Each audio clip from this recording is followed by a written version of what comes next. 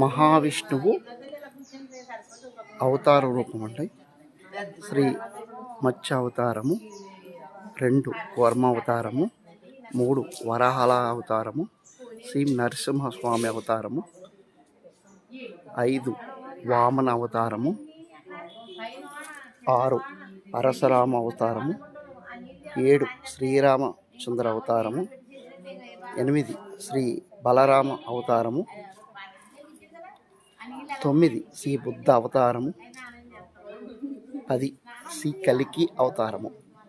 అంటే మహావిష్ణువు దశ అవతారము అంటే 10. దశ అంటే 10 అండి. ఈ అవతారాలు ఎత్తిన గుడి అండి మహావిష్ణువుది.